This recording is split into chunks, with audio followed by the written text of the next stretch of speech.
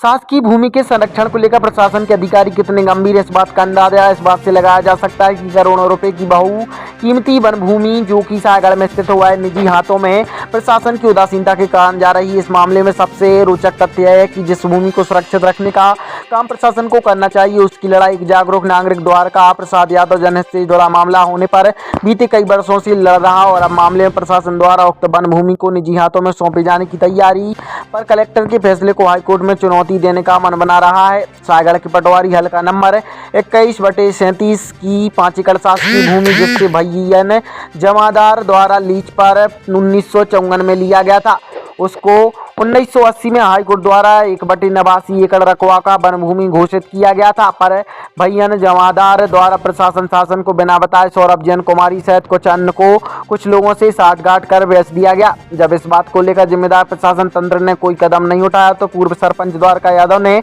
इस भूमि को वापस शासकीय भूमि घोषित करने का बीड़ा उठा, कानूनी लड़ाई लड़ी और पहले SDO कोर्ट में केस लगाया, जहां जब उसे सफलता नहीं मिली तो कलेक्टर कोर्ट में याचिका लगाई, जिस पर तत्कालीन कलेक्टर ने उक्त भूमि को शासकीय मान्य करार दिया, जिस फैसले को पुनः बेचवार और खरीदार ने कमिश्नर कोर्ट में चुनौती दी, जिस पर कमिश्नर ने फिर कलेक्टर कोर्ट में सुनवाई के लिए भेजा, जहां हाल ही में वर्तमान कलेक्टर ने उक्त वन भूमि को पुनः निजी एजेंसी का करार दे दिया।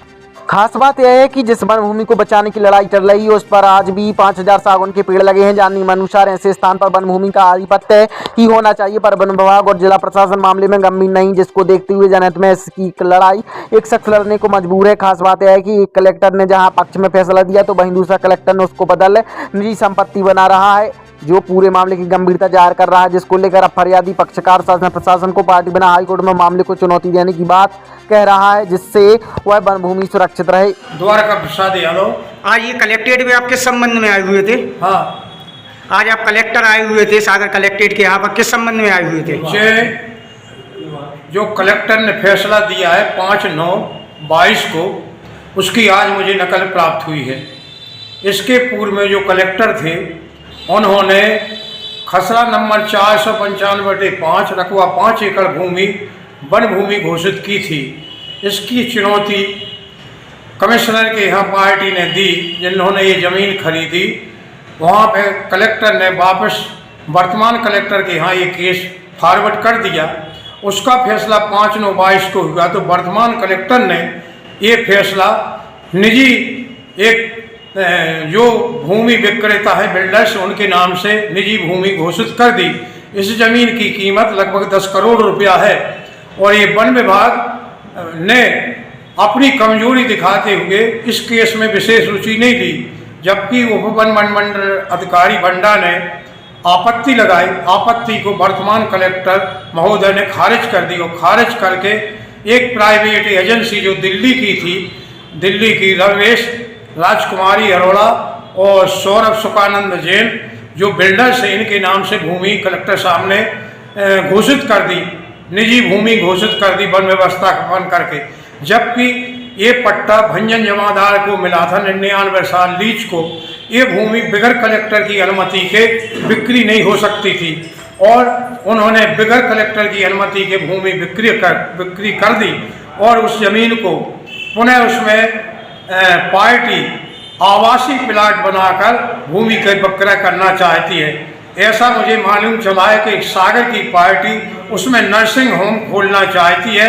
वो पार्टी 35 करोड़ रुपया में इस जमीन को लेने को तैयार है और वो बेचने के लिए तैयार है। कल मुझे पता चला कि इस भूमि को पुनः खसरा नंबर में भूमि स्वामी घोषित कर दी है। वन विभाग ने और राजस्व विभाग ने सर्वे करके ये जमीन प्राइवेट एजेंसी को कल दे दी है। मैं चाहता हूं कि इस जमीन को शासन के पक्ष में फैसला होना चाहिए ताकि शासन को यह जमीन प्राप्त हो सके।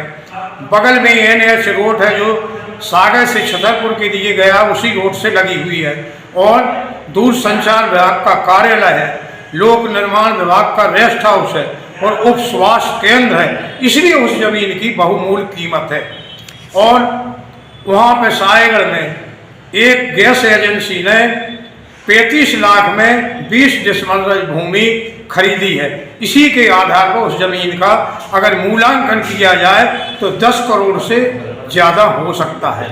ये जो पूर्व में कलेक्टर थे हाँ। उनने ये जमीन किसके पक्ष में दी थी? ये पक्ष में सौरभ सुखानंद, रमेश राजकुमारी पति रमेश अरोड़ा दिल्ली, सौरभ सुखानंद जैन सायगढ़, इनके नाम से ये जमीन घोषित कर दी है। अभी के कलेक्टर ने की है कि पूर्व के कलेक्टर ने की थी? हाँ, ये वर्तमान कलेक्टर ने जमीन भूमि स्वामी घोषित कर दी है।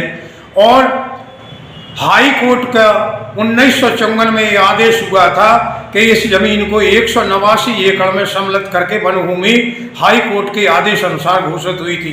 पर पटवारियों ने अपनी लापरवाही से हाई कोर्ट का आदेश न मानते हुए उस भूमि को भूमि स्वामी निरंतर घोषित करते आए। जब मुझे ये मालूम चला वर्ष 1988 में, तो मैंने 1988 से लगातार आज तक आवेदन दिए और मेरे आवेदन पर वर्तमान कलेक्टर ने न्याय नहीं दिया। पूर्व कलेक्टर ने मेरे आवेदन के पर मुझे न्याय मिला, वो शासन के पक्ष में पूर्व कलेक्टर ने फैसला दिया। उसमें वर्तमान में 5000 सागौन के पेड़ खड़े हुए हैं। पूर्व कलेक्टर कौन थे? पूर्व कलेक्टर आलोक सिंह थे शायद। और ऐसा हाईकोर्ट का आदेश है कि अगर जहां 250 पेड़ सागौन के वृक्ष है उसको वन भूमि घोषित की जाती है, और आज भी माना वन विभाग उसको मानता है कि जहां 250 पौधे हैं उसको वन भूमि घोषित की जाती है। और वर्तमान समय में उसमें 5000 सागौन के छोटे बड़े पेड़ खड़े हुए हैं और चट्टान पत्थर भी है। जब इन लोगों ने भूमि खरीदी तो उस समय कृषि के नाम पे खरीदी थी, जबकि उसमें कृषि होती नहीं है, किसी भी प्रकार की फसल नहीं होती है, और बराबर 50 साल से वो जमीन खाली पड़ी है, आज भी खाली पड़ी है, देख सकते हैं मौका पर। नहीं, अभी जो वर्तमान कलेक्टर हैं उनने ये जमीन का जो फैसला दिया है तो किसके पक्ष में दिया है? वो प्राइवेट एजेंसी के नाम से। तो यहाँ के जो पूर्व कलेक्टर थे उनने पक्ष में दिया था फैसला, और अभी वर्तमान कलेक्टर ने ये साठगांठ करके जमीन बेच दी है। हाँ, दे दी है। तो अब आप क्या चाहते हैं?